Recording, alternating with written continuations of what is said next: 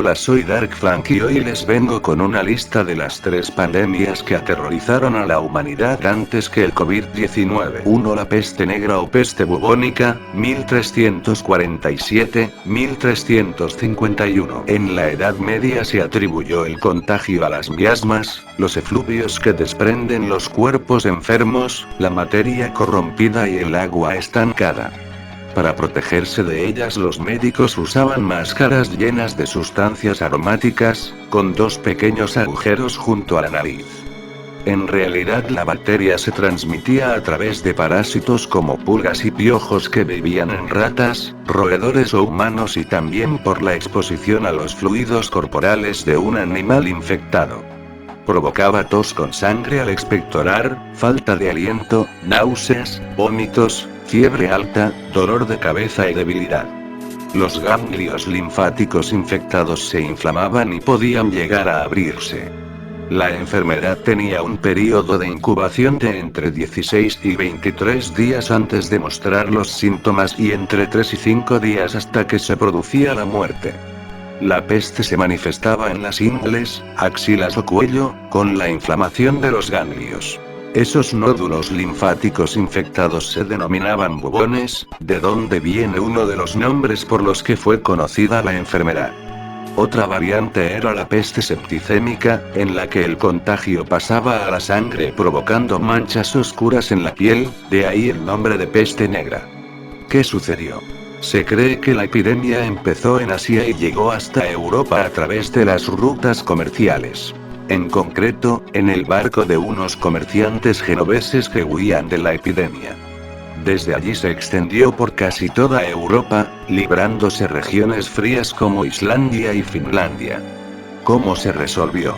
Las cifras varían mucho, de forma que según las fuentes hubo entre 50 y 200 millones de muertes.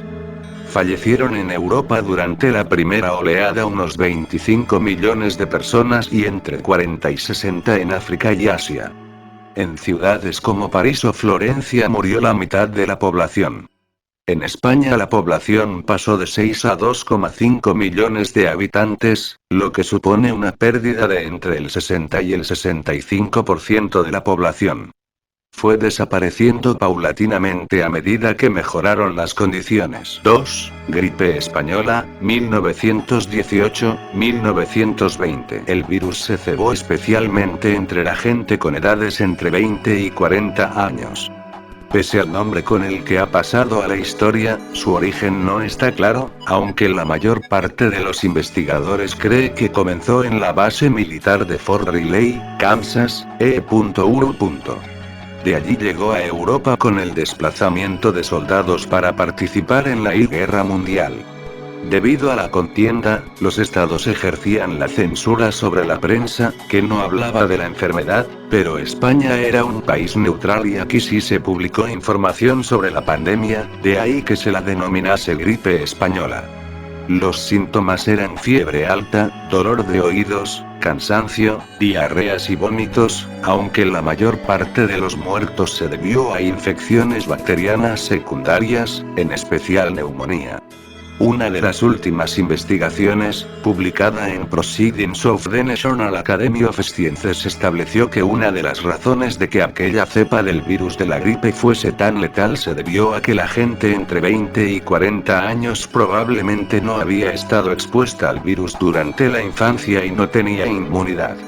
Otra de las causas apunta a que el transporte masivo de tropas, comprendidas entre esas edades, durante la guerra favoreció el contagio. Un artículo escrito por investigadores del Loyola University Medical Center y publicado en el Journal of the American Society of Cytopathology establece que algunas de las medidas que se adoptaron entonces, cierre de colegios, prohibición de grandes reuniones o el uso extendido de mascarillas, redujeron la virulencia de la gripe. ¿Cómo se resolvió? Se calcula que murieron al menos 50 millones de personas en todo el mundo. En España hubo 8 millones de personas infectadas y 300.000 muertos. Hay que recordar que Alexander Fleming no descubrió la penicilina hasta 1928. En 1920 el virus perdió letalidad y el brote desapareció. 3. Desde la década de los 70 se cree que su origen es una zoonosis procedente de simios que pasó a las personas en Centroáfrica, pero cuando realmente estalló la situación fue cuando la epidemia llegó a Estados Unidos. En 1981, el Center for Disease Control and Prevention, CDC, estadounidense informó de 5 casos de neumonía y, al mes siguiente, varios casos de sarcoma de Kaposi, un tipo de cáncer de piel. Los pacientes eran en su mayoría hombres homosexuales que coincidían en otras enfermedades que más adelante se descubrieron como oportunistas. Después aparecieron enfermos que tenían en común ser drogadictos. Durante los primeros años a los enfermos se les aislaba socialmente porque la gente no sabía cómo se contagiaba. En 1983 científicos del Instituto Pasteur aislaron el VIH y el estadounidense Robert Gallo lo identificó como el causante de la enfermedad. Los pacientes de los primeros años de la pandemia no superaban muchas veces el año de vida. La estigmatización se centró en los homosexuales, lo que favoreció que la enfermedad se extendiera por otros países a través de enfermos heterosexuales. El VIH va deteriorando el sistema de defensas del enfermo y es cuando pueden aparecer las enfermedades que definen el SIDA como la neumonía, tuberculosis, candidiasis, citomegalovirus, herpes, toxoplasmosis, sarcoma de Kaposi, infecciones por MAC, Mycobacterium avium, o hepatitis C. ¿Cómo se resolvió? No se ha resuelto. Si no se trata con antirretrovirales tiene una mortalidad del 80%. Hay de momento, al menos, entre 25 y 35 millones de fallecidos. Según la OMS y el ONU-SIDA, en 2018 había unos 38 millones de personas infectadas por el VIH en todo el mundo, de ellos 1,7 millones son niños. En España, según los datos del Ministerio de Sanidad, en 2017 hubo 3.353 nuevos diagnósticos y estaban infectados el 0,4% de la población. De momento no hay cura, pero los tratamientos con retrovirales han logrado reducir mucho su evolución y hoy día es para muchos pacientes una enfermedad crónica. Donde sigue siendo una pandemia con alta letalidad es en países en vías de desarrollo, donde los enfermos no tienen posibilidad de acceder a la medicación.